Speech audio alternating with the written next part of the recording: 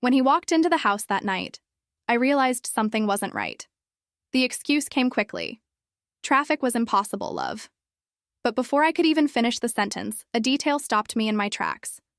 The coat he'd left on the sofa carried an intense, sweet, unfamiliar scent. It wasn't mine, and it wasn't anyone's close by. I stood still, watching the cloth still swaying on the back of the chair. The aroma permeated the entire room, suffocating like a glaring proof hidden in silence. My heart raced, but my mind tried to rationalize. Had I hugged someone at work? Was it just my imagination? But no. That smell betrayed more than words could hide. In that instant, I knew the traffic story was just the surface of something much deeper. And this certainty left me breathless, as if I'd just opened a door to an abyss. Little did I know that that scent would be just the first thread of an entire plot that was about to unravel before my eyes. He came closer, gave me a quick kiss, and went straight to the shower. The scent of women's perfume, however, remained lingering in the room. I sat on the sofa, trying to control my breathing, but my mind kept repeating the same phrase. This was no coincidence. My intuition screamed louder than any justification. I remembered years ago when he'd said he hated very sweet perfumes. He'd always preferred subtle, almost imperceptible fragrances. But now, he carried on his body and clothes a scent that seemed to want to confront me. It wasn't just perfume. It was a brand, an invisible presence that didn't belong in my home. As the shower water ran in the bathroom, I felt my hands tremble. I wanted to go in there, scream, demand answers. But I held back. There was something more powerful in observing in silence. I decided that if there was a hidden lie, I would uncover it calmly. I wouldn't miss a single detail. Memories assaulted me like scenes from an old movie. The candlelit dinners, the short weekend getaways, the shared laughter on cold nights. It all seemed so distant now. As if that man in the shower wasn't the same one who promised me eternal love at the altar. Suddenly, the bathroom door opened. He emerged wrapped in a towel, smiling as if nothing had happened. He asked if I wanted dinner, as if life were going on as normal. His naturalness hurt me more than any suspicion. It was as if the lie had become routine. I grabbed my coat from the couch without him noticing and carried it to the bedroom. I held the fabric close to my face. The fragrance was unmistakable. It wasn't from a regular store. It was sophisticated, expensive, in an imported bottle. And I knew, no one wears a perfume like that by accident. With every minute, the feeling of betrayal grew stronger within me. I thought of how many times I'd ignored small signs, texts answered too late, interrupted phone calls, the rush to turn my phone face down when I entered the room. Everything was there, before me, like a puzzle I was afraid to put together myself. He got dressed and turned on the television, commenting on trivialities from the news. I could only stare at the way he feigned normalcy. It was almost like a rehearsed performance. He made jokes, laughed loudly, but his eyes avoided mine. And this detail, this deflection, betrayed his fear of being discovered. My mind then began to wander back to other episodes, like when he came home with a wrinkled shirt and said he'd stayed late in a meeting, or that night he swore he was at work, but the car's GPS showed another neighborhood. I ignored it, trying to protect my heart. But now, the perfume no longer allowed me to doubt. I considered calling a friend, venting, asking for her opinion. But something inside me told me this was a battle I needed to face alone. My life, my marriage, my dignity were at stake. And no one could make this decision for me. I needed the truth, unvarnished. He remained calm, as if nothing had happened. He lay on the couch, fiddled with his phone, and laughed to himself at a message that arrived. The reflection from the screen illuminated his face for a second. And in that instant, curiosity burned within me like fire. Who was on the other end of that conversation? I resisted the urge to snatch the phone from his hands. I knew it wasn't the right time yet. I needed to be smart, strategic, almost invisible. If he suspected I'd already figured something out, he'd retreat even further. So I decided to wait. But deep down, I was already planning every step of the investigation. While he laughed, I thought about how many years of my life I'd dedicated to this man.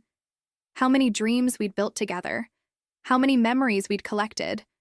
And I wondered, how could someone betray an entire story for a few hours of clandestine pleasure? Anger gnawed at me, but my coolness held me steady. I knew his mask would slip soon. I just needed to be attentive, record the details, gather the evidence. Every scent, every message, every excuse would be part of my invisible dossier. I would be more patient than he could imagine. I got up, went to the kitchen, and poured 2 glasses of wine. I handed one to him, smiling like the usual naive wife. He looked at me suspiciously for a second, but then relaxed. That quick glance confirmed it. He had something to hide, and I was ready to dig it up. As we toasted, I no longer saw the same man. What stood before me was a stranger, someone capable of deceiving me by looking me straight in the eye. But I would no longer be a silent victim. With each sip of wine, I promised myself I would see it through. That night, when he fell asleep, I walked through the house in silence. I picked up his coat again, smelled his perfume, and committed the scent to memory. This would be the starting point of my search for the truth. I needed to follow him, decipher him, dismantle the lies. I looked at his face, serene in deep sleep, and felt a lump in my throat. He slept as if nothing had happened, as if the world were perfect, and I, outside the lie, was no longer the same woman. Trust had been broken. I lay in bed, but sleep wouldn't come. I closed my eyes, and the scene repeated itself in a loop.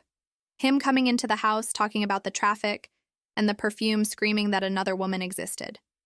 I knew that, from that moment on, my life would never be the same again. I held back the tears and took a deep breath. It was time to prepare myself for what was to come. The game had begun, and I couldn't allow myself to lose. I didn't have enough proof yet, but I already had the necessary certainty. And that certainty was enough. Little did I know that the next sign would soon appear. And when it did, it would leave no room for doubt, nor for rehearsed excuses. The next morning, he left early, claiming an important meeting. I was alone in the kitchen, stirring the coffee. But my mind was elsewhere. The scent of the perfume still lingered in my memory, ingrained in my memory. It was no longer just a detail. It was a clue I couldn't ignore. I grabbed my phone and accessed my credit card history. Between groceries and gas, there was a recent receipt from a restaurant we'd never been to. The name sounded intimate, cozy, the kind of place ideal for discreet encounters. My heart raced. It wasn't just my imagination. There was something solid there. I decided not to call him, not to confront him yet. I wanted everything to be recorded inside me like pieces of a puzzle. With each suspicious movement, I mentally stored it away as if it were a secret file. I didn't just want a confession. I wanted evidence that spoke for itself. I started paying more attention to his clothes. One day, I found a strand of blonde hair stuck in the collar of his shirt. It wasn't mine. It never could be. The contrast of the light strand against the dark fabric made me shiver. It was as if someone had left an invisible signature on my life. I remembered the times he'd claimed to be tired so he could go out with me. I preferred to stay home, watching TV, claiming exhaustion from work. But now the signs pointed to another truth. He was saving energy to live another life, in another setting, with another person. My anger was beginning to mix with a strange control. I didn't want to be caught up in the impulse.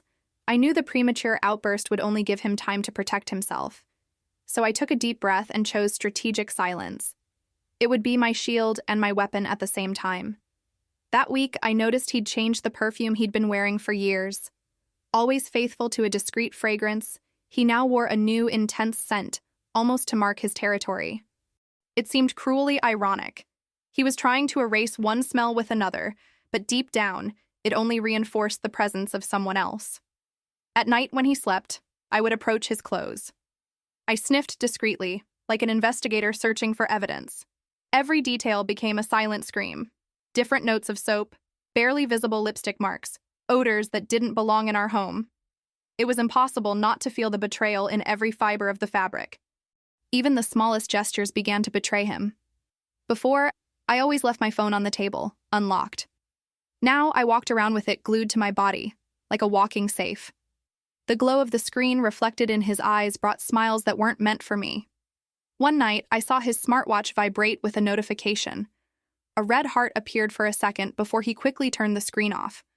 My chest ached as if I'd been punched in the face by an invisible punch. It was confirmation that this was no longer paranoia, but a real, pulsating secret. I tried to sleep, but insomnia overcame me. I watched his sleeping, serene face and thought, how could someone be deceived with such coldness? He shared the same bed, but his heart was already elsewhere.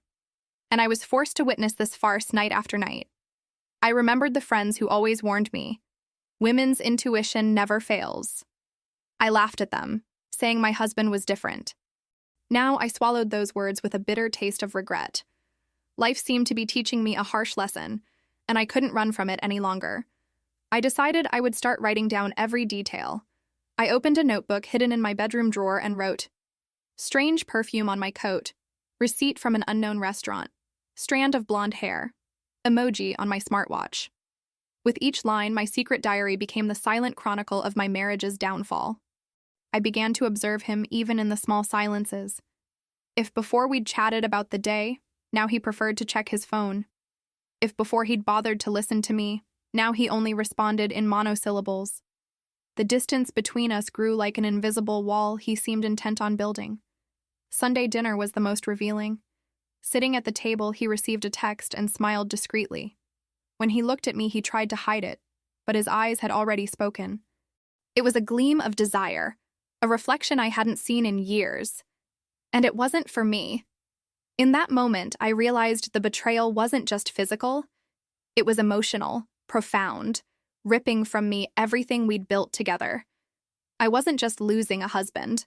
I was losing a companion, a friend, a lifelong accomplice. And that hurt even more. But along with the pain came an unexpected strength. I felt betrayed, yes, but also awakened. As if I had lived for years in a comfortable dream and was now waking up to a stark, cruel reality. And in this awakening, a new version of myself emerged, stronger and more relentless.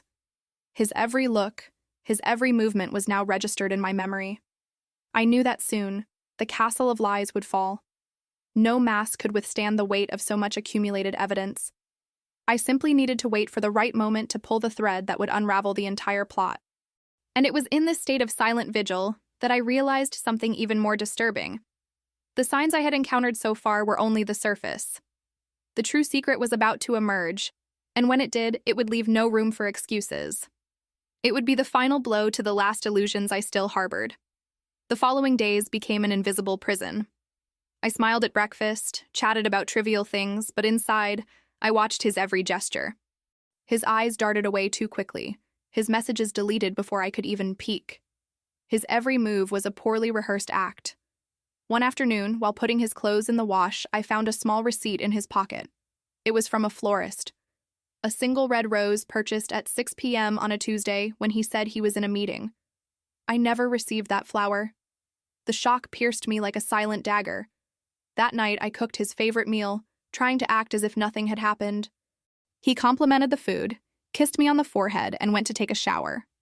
My hands still smelling of spices, I remembered the receipt from the florist and nearly collapsed. He kissed me with the mouth that praised another. With every detail, my confidence melted like sand through my fingers. I considered confronting him right then and there, but I kept quiet. I knew the first attack would be denied, manipulated, turned into my own paranoia. I decided to wait. I wanted to see him fall into his own trap. The next morning, I decided to follow his lead.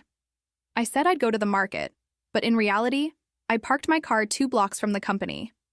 I watched him leave during his lunch break, looking around as if afraid of being seen.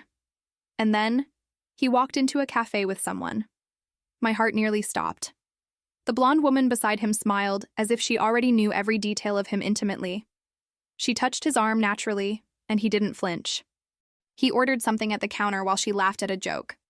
That scene tore me apart. It was the confirmation I'd feared. I didn't go in. I didn't make a fuss. I simply registered with my own eyes the farce I already knew existed. I felt a mixture of anger and sadness, but also a strange sense of relief. I wasn't crazy. My intuition wasn't lying. There, before me, was the naked truth. I drove home with my hands cold on the steering wheel. I looked around at the traffic, but it was as if the world had lost its color. Every horn, every red light seemed distant. All I could think about was his smile inside that cafe, in stark contrast to the tears now streaming down my face. When he arrived that evening, he tried to mask the smell of wine with mints. I asked him how his day had been, and he automatically replied, "Tiring, full of meetings." I smiled on the outside, but inside I laughed bitterly. I had seen with my own eyes what he called a meeting. Later, while he slept, I opened his laptop. The password was the same as always, but I noticed that the email folder was too empty.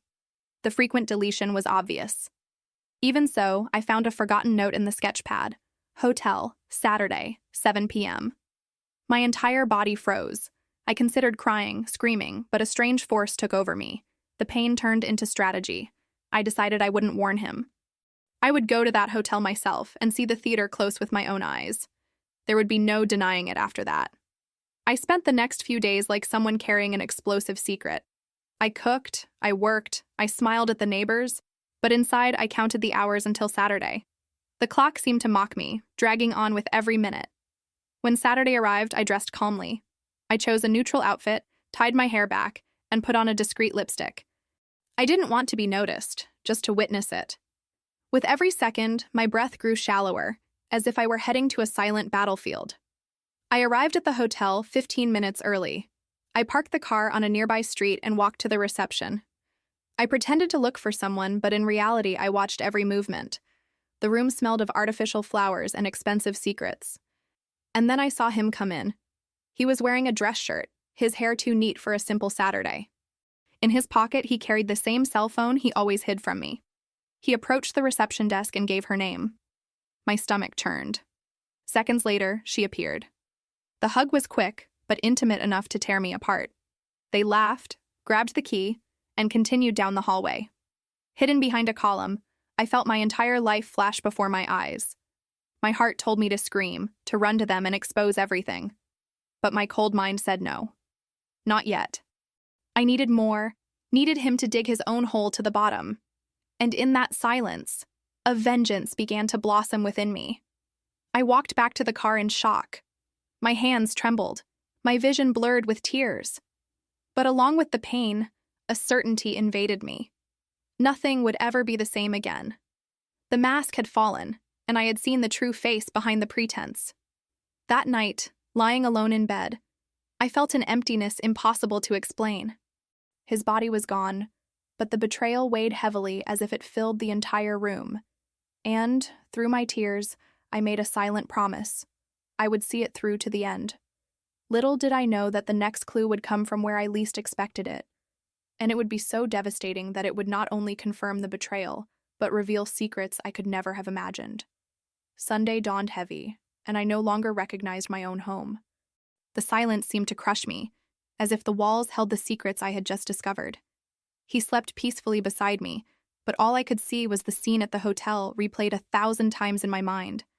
The quick kiss, the knowing laugh, the key handed over without hesitation.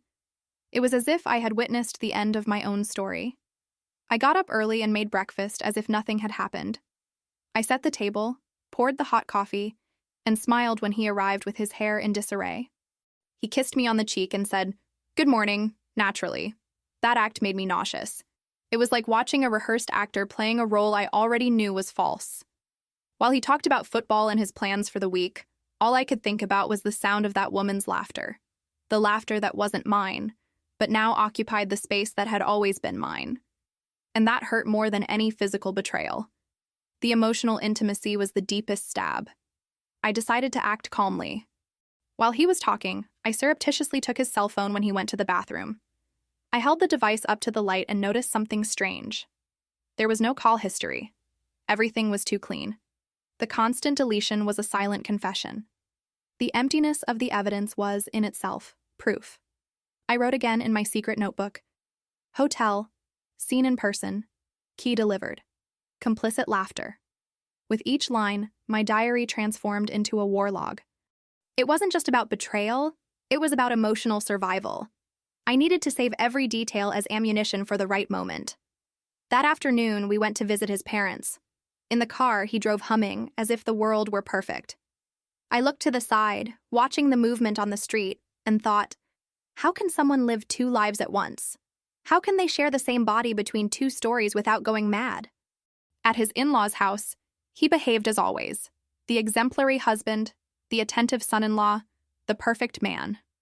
Meanwhile, I smiled on the outside and bled on the inside. His family hugged me, unaware that this act hid an invisible rot. I wondered how long I could keep up this charade without falling apart. When we got back, he received a call in the car. He answered quickly, saying simply, "I'll call you later." I pretended not to notice, but his breathing changed. The nervousness was there, leaking out in details he could no longer control. It was his body confessing for him. That night, I sat in bed and watched him fiddle with his phone. He chuckled to himself once more. I asked him what it was, and he quickly replied, "A silly meme. You wouldn't find it funny." But his look betrayed something different. The gleam in his eyes was desire, not humor. With each passing day, I felt the distance grow. It was no longer just a chasm between us.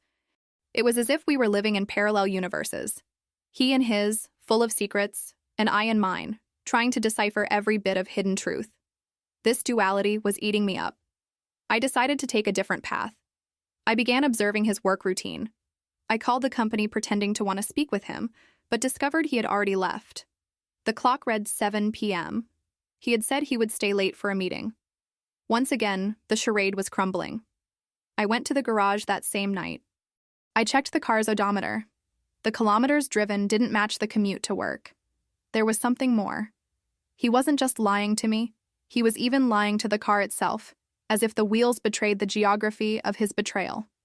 Lying in bed, I spent hours planning. I needed something more concrete, something impossible to deny. I knew technology could be my ally, the phone's GPS, the location history, even the smartwatch. If he thought he could erase everything, he was mistaken.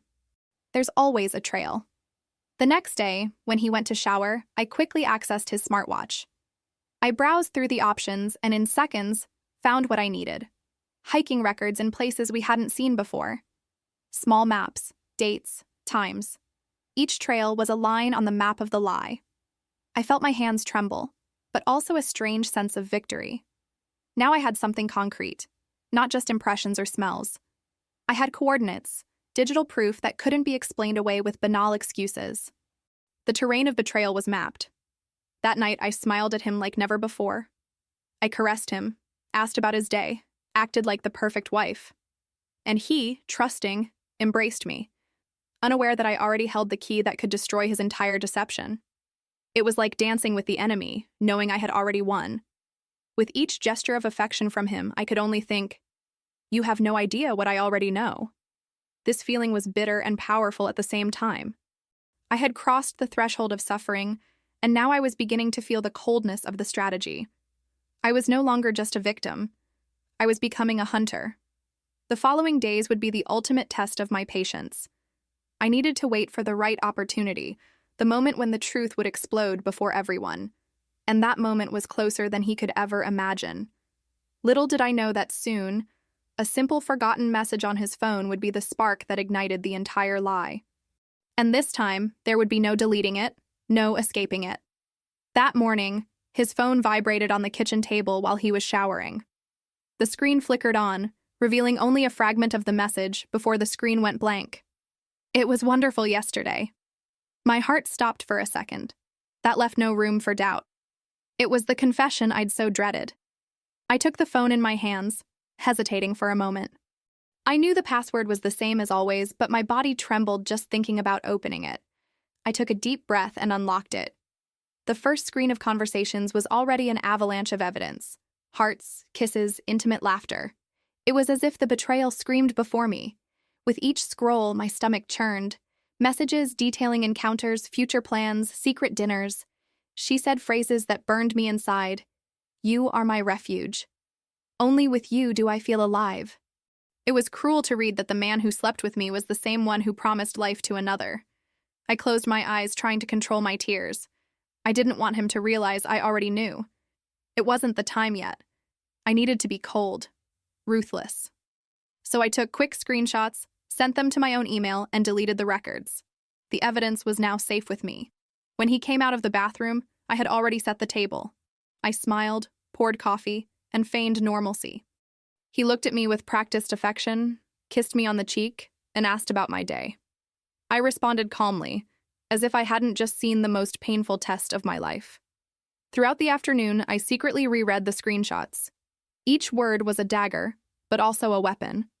He couldn't deny it. It was all there. Times, locations, statements. What tore me apart also strengthened me. What wounded me also armed me for the inevitable confrontation. That night, as he lay down, he fell asleep within minutes, as always. I, on the other hand, remained silent, staring at the ceiling.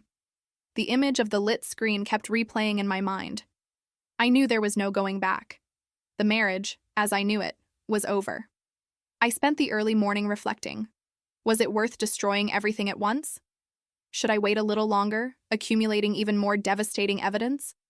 Every thought was an internal war between the urge to scream and the need to plan. The next day, I took advantage of his run and logged back into my phone. This time, I went to the photo gallery. The shock was even greater. Selfies of the two of them in hotel rooms, glasses of wine side by side, smiles that had once been mine. The betrayal wasn't just digital, it was etched in vivid images. I felt a mixture of anger and contempt. With each photo, the man I knew died a little more. What remained was a stranger in disguise, someone who shared my bed while taking another woman to places I'd never known. The marriage was now just a facade. I decided I wouldn't hide it from myself anymore. I returned to the notebook and wrote messages with declarations, saved screenshots, intimate photos in hotels. With each line, my writing seemed to burn into the paper. It was as if I were signing the death certificate of an entire life built alongside him. That night, he arrived later than usual. He had a different smile on his face, a glow that wasn't mine. He feigned fatigue, showered, and went to bed quickly. I watched, silently, recording every detail in my mind. His body was here, but his soul already lived elsewhere. In the following days, I began to prepare my own performance. I responded to his kisses, returned his hugs, but inside I distanced myself more and more. It was like wearing a mask every day, just to avoid arousing suspicion. While he drowned in lies, I strengthened my strategy. I started following him virtually. I activated automatic account sync without him noticing.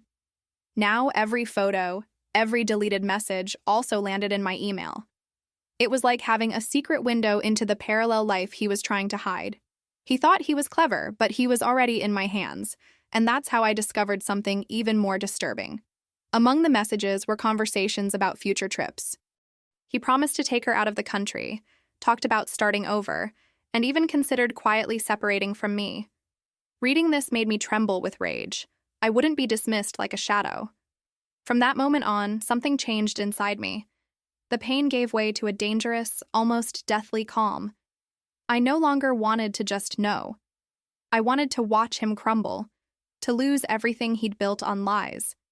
Revenge began to take shape within me, and I knew the right moment was approaching. He no longer noticed my silences. He believed I was still blind, complacent, stuck in a rut. But what he didn't know was that every detail was being recorded, every step calculated. His downfall was inevitable. And one of those nights, while reviewing his messages, I found something that made me freeze. A meeting scheduled for Friday at 9 p.m. at a restaurant I knew very well. A place where we'd celebrated birthdays together. The impact of this information was like a punch in the gut. I felt my breath quicken. This was where everything could be revealed.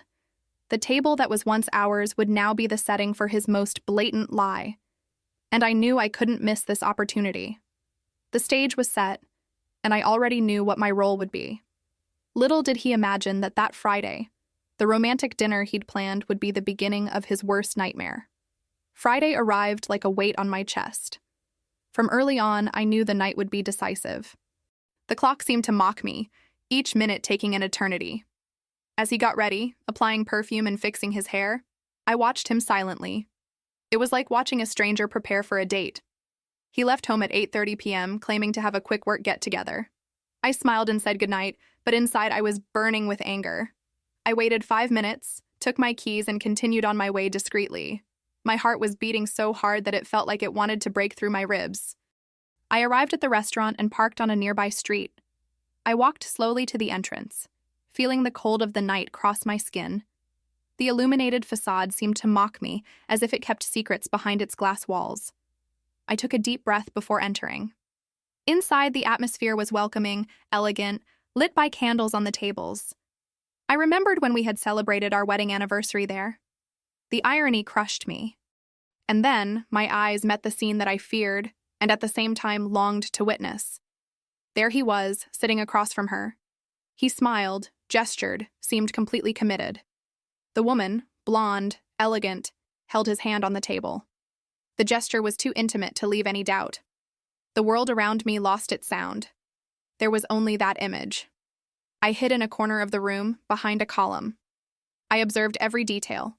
The looks exchanged, the complicit smiles, the wine served delicately. It was like watching a macabre show whose plot I already knew, but seeing it live tore me apart. For a moment, I thought about moving forward, about shouting, about exposing everything there in front of everyone. But coldness took over me. It wouldn't be now. I needed something bigger, more devastating. And that night would give me much more than I expected. As they laughed, I saw him take his cell phone out of his pocket. He tapped the screen and showed her something. She smiled and kissed him lightly, without caring who was around. My curiosity burned. What did he show that was capable of causing that smile? I approached discreetly, as if I were just going to the bathroom. I passed by the table and, in a quick reflection in the room's mirror, I saw his cell phone screen. It was an airline ticket. He was planning to travel with her. My breathing caught. I returned to my corner, my heart racing. He didn't just cheat on me. I was building a parallel life, planning a future that didn't include me. This was no longer just adultery. It was a complete demolition of our history. Tears threatened to fall, but I held firm. I took out my cell phone and photographed the scene from afar. The angle wasn't perfect, but it showed enough. Holding hands, wine glasses, smiling faces. Visual proof that no one could dispute. He had no idea he was being watched. Later, when they toasted and kissed, I captured another photo. Each click was like a dagger that I saved for the right moment. The betrayal now had a face, a body, and concrete evidence. I left the restaurant before they noticed me. The cold street air hit my face, and I felt a mixture of pain and victory. Pain, seeing my life crumble before me. Victoria, knowing that she was increasingly armed for confrontation. In the car, my hands were shaking so much that I could barely turn the key. I took several deep breaths, trying to organize my thoughts. I couldn't let myself be overcome by emotion. Patience would be my greatest weapon. As I drove home, I went over every detail in my mind. The perfume, the messages, the photos, the hotel, now the restaurant. The puzzle was complete. His mask was ready to fall off, and I would be responsible for ripping it off in front of everyone. I lay down on the bed before he arrived, pretending to sleep. When he entered the house, the smell of alcohol and someone else's perfume invaded the room. He lay down next to me and sighed, satisfied. I closed my eyes, fighting the urge to vomit. In the early morning, while he was snoring, I got up and looked at the photos I had taken. The image was devastating and at the same time liberating. For the first time, I felt like I had the power in my hands. I was no longer a hostage to doubt. Suddenly, the pain gave way to unexpected strength.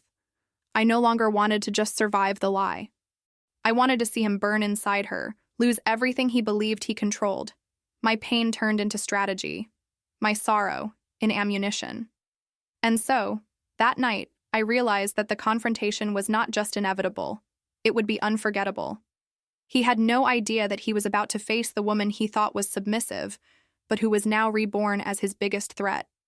Little did he know that the next step would not come from me directly, but from something much bigger, something that would escape his control and expose his deception in front of everyone. The next morning, I woke up before him. I watched the calm face of someone who believed they lived in safety. His serenity was insulting because I knew exactly where he had been hours before. It was like sharing a bed with an enemy disguised as a husband. I got up slowly, made coffee, and organized the table. When he appeared, complaining of a hangover, I smiled and offered him a painkiller. Inside, I felt my blood boil. With each sip he took of coffee, I remembered the glasses of wine he had toasted with her last night. As he talked about work, my gaze focused on his hands.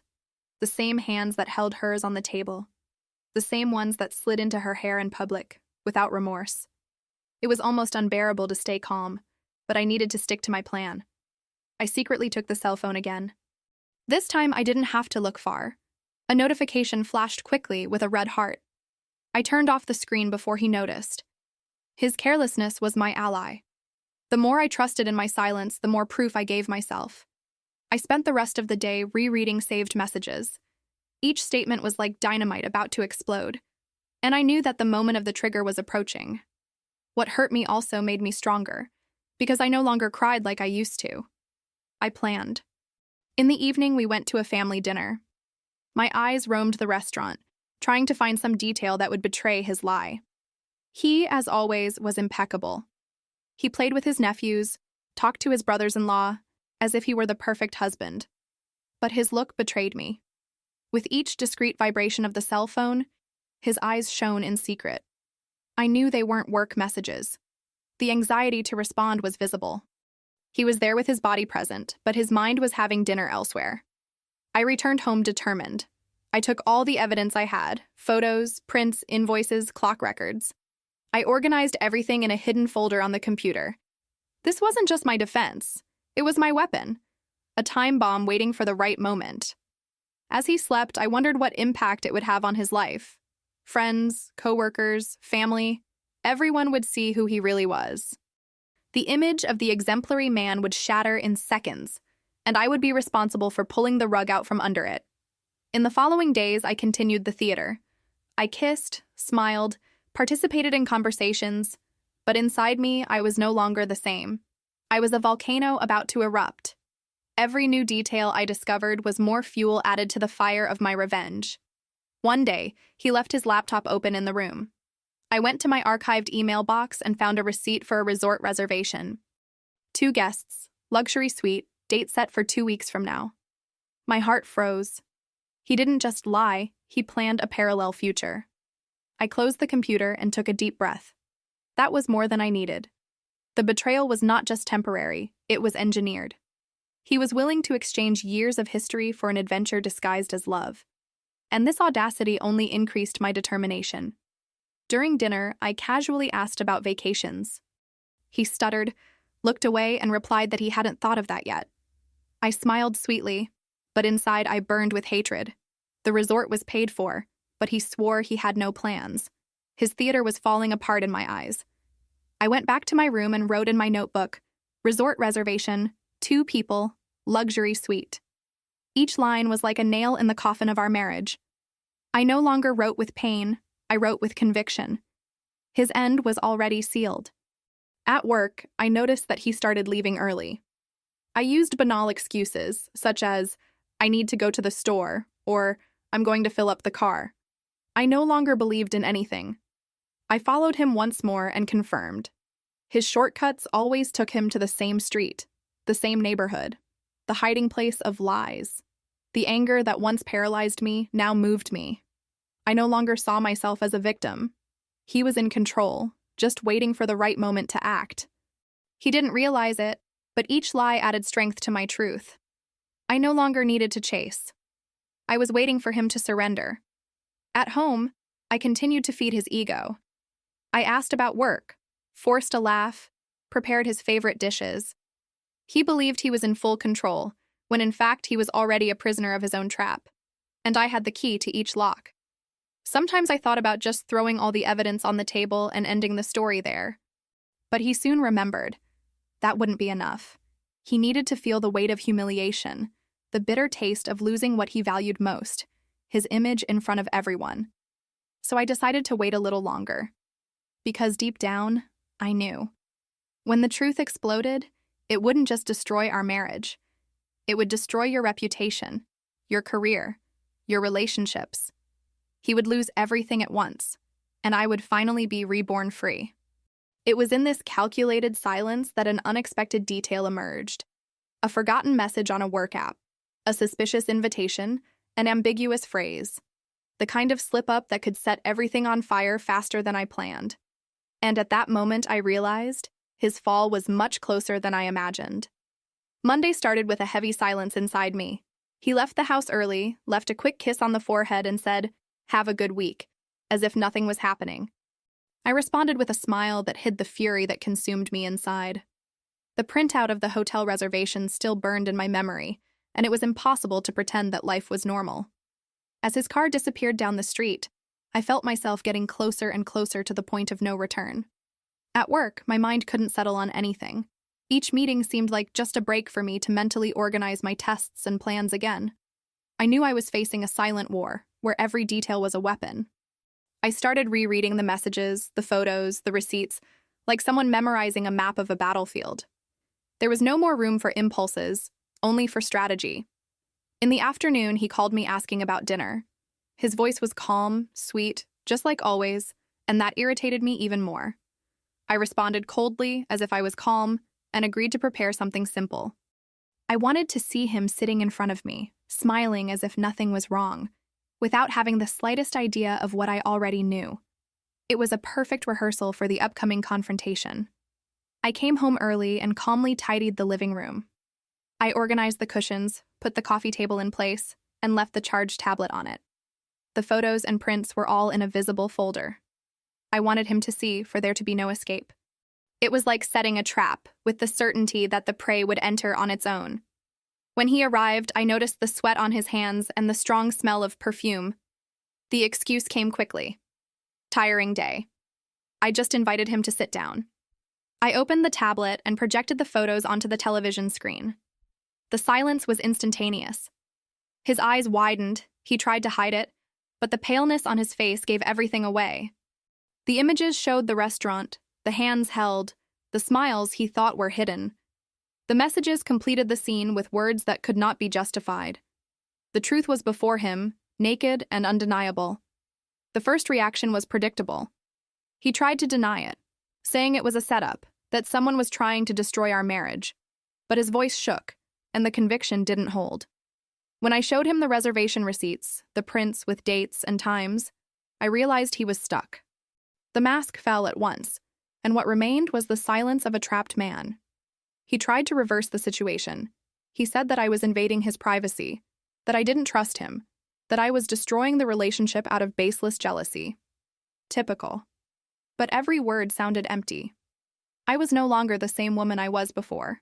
I no longer needed excuses. I had facts, proof, truths recorded in pixels and paper. I got up from the chair and started talking. I told him everything I knew, point by point, from the perfume on his coat to his reservation at the resort. He looked at me with scared eyes, not knowing how to react. For the first time, he seemed to realize that he was not in control. The confidence that supported his double life crumbled at my every sentence. That night, I realized that his fall would be greater than I imagined. The impact would not be restricted to the two of us. Friends were already talking about it. Coworkers were starting to find out. Photos and prints circulated in private groups, and his name appeared in whispers full of contempt. His reputation was being destroyed without me having to lift a finger beyond the click I had already made. The next day, the bomb exploded. The company called a private meeting. They asked about rumors and showed excerpts of messages that someone had passed on anonymously. He stammered, tried to deny it, but it was too late. The scandal could no longer be contained. The office corridors became the scene of accusing glances and cutting whispers. Messages started arriving on my cell phone. Friends asked me if it was true. Others offered support. I responded only with what was necessary. I didn't need to justify myself. The truth was too clear to need embellishment. It was strange. I didn't feel pleasure in exhibiting, but I also didn't feel guilty. What was happening was just the natural consequence of his choices. At night, he returned upset. He threw his cell phone on the table, screamed, slammed doors. He said that I had ruined his life, that I had set up a plan against him. I just watched him, in silence. The man who blamed me was the same man who had betrayed me without thinking twice. It was the cruel irony of the situation. He saw himself as the victim when he had always been the executioner. The following hours were chaos.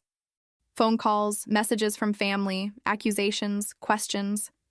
The social network was already echoing the story, and he couldn't delete it fast enough. The more he tried to defend himself, the more he got tangled up. The more he talked, the more he betrayed himself. The truth was becoming public in ever greater waves. At work, his days became hell. The image of the trustworthy employee has been irreparably tarnished. The weight of shame was unbearable for him.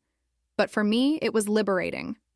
Every consequence he suffered was a reflection of the choices he tried to hide. I no longer needed revenge. Life was doing it for me.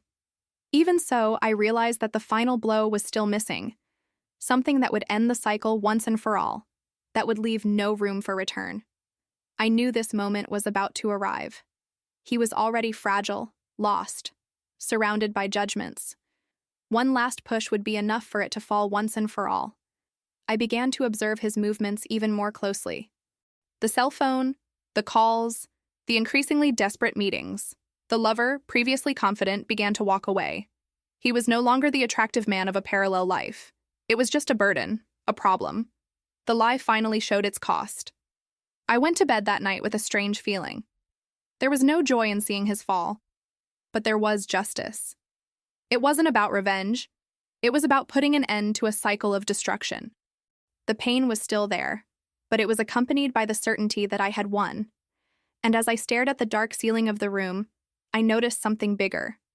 The final confrontation wouldn't just be between me and him. It would be between him and the world he believed to dominate. And that collision was about to happen, with a force that neither he nor I could control. The following days were a silent earthquake. With each message that arrived on my cell phone, it became clear that his betrayal was no longer just ours. It had become a public issue, a topic for hallway conversations, a joke among groups of friends. He, who had always cultivated the image of an upright man, was now seen as the opposite of what he preached. The lover, previously smiling, began to disappear from the messages. Promises of trips and dinners were replaced by silences and short apologies. She walked away, leaving him exposed without the floor. He didn't realize it, but it was no longer anyone's choice.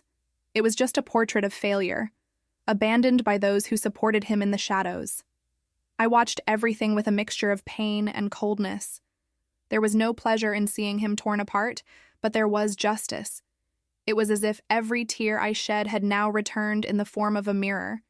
He was finally facing the consequences he always tried to sweep under the rug. At home, the atmosphere had become unbearable. He avoided my eyes, spoke little, walked like a defeated man. I, on the other hand, seemed to gain strength every day. I started to take better care of myself, look in the mirror and find the woman who had been lost in the midst of so many lies. Family members started calling, asking for explanations. Some supported me, others asked me for patience. But deep down, everyone knew that nothing could erase what he did. Trust, once broken, cannot be repaired with sweet words. It's a crystal shattered forever. He tried to ask for forgiveness. He burst into tears, said he regretted it, swore it was all over. But each word sounded like an empty echo. Repentance is not born from true love, but from the fear of losing what you had. And I knew. He was just afraid of losing the appearance of a perfect man. At the company, pressure was increasing. His colleagues began to treat him with disdain. Some even avoided sitting next to him in meetings. The respect that took years to build disappeared in days. It was as if the ground had been ripped out from under his feet. In me, the feeling was no longer hate. It was about liberation.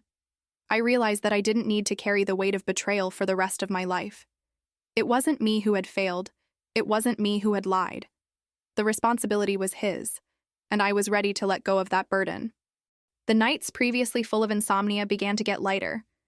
I slept with the certainty that I had faced the truth head-on. I didn't hide, I didn't pretend, I didn't settle. I chose to face, record, expose. And in that choice, I found a new version of myself. He, on the other hand, began to wallow in excuses. I exchanged desperate messages, trying to repair the irreparable. But with each attempt, it became smaller before my eyes. It was like watching a house of cards crumble in slow motion, piece by piece, until it turned to dust. My friends started saying, "You win." I smiled, but inside I understood that it was no ordinary victory. It was a bitter victory, won at the cost of deep scars. Still, it was mine, and no one could take it from me. I started to reflect on how many women had already gone through this. How many ignored the signs, how many were manipulated by the same old speech. You're paranoid, it's all in your head. How many blamed themselves for feeling what was actually pure intuition. I looked back and realized that my trajectory was a warning cry. Not just for me, but for every woman who has ever felt diminished. The perfume on the coat, the message deleted, the gaze averted. Small details that, when added together, revealed giant truths. Intuition never fails. And when I thought about giving up, about keeping quiet, it was precisely silence that showed me strength. I resisted. I observed. I planned. I turned my pain into a test, my anguish into a strategy, my suffering into fuel. That's how I managed to turn the page without destroying myself. In the mirror, I no longer saw a betrayed woman. I saw a strong woman capable of being reborn from the ashes. There was no need for exaggerated revenge or applause. My victory was in the simple fact of not letting myself break. In the end, I had saved myself from living a lie. And if it were you, what would you do? Would you remain silent, waiting for time to heal on its own? Or would you turn your pain into courage, like I did? This answer is not in books. It is within each one. But the price of omission is always more expensive than the price of truth. How many women will still ignore the signs? How many will still believe that it is exaggeration, that it is paranoia, when deep down their heart already knows? It takes courage to face it, but it is this courage that sets you free. I learned this the most painful way. Today, I look forward with a mix of fear and hope. Fear of the emptiness that remains, hope of the new life that can be born from it. I don't know what the future holds, but I know I no longer need to live in the shadow of lies. The light of truth, however harsh it may be, is always better. And the big question I leave is simple. Would you have the same strength to expose? Would you keep it silent or show it to the world? Because sometimes being silent is condemning yourself twice. The choice, as always, is yours. It was in this thought that I understood. The end of our story wasn't just about the two of us. It was about all the women who one day will need to decide whether to accept living in lies or whether to choose freedom, even if it hurts.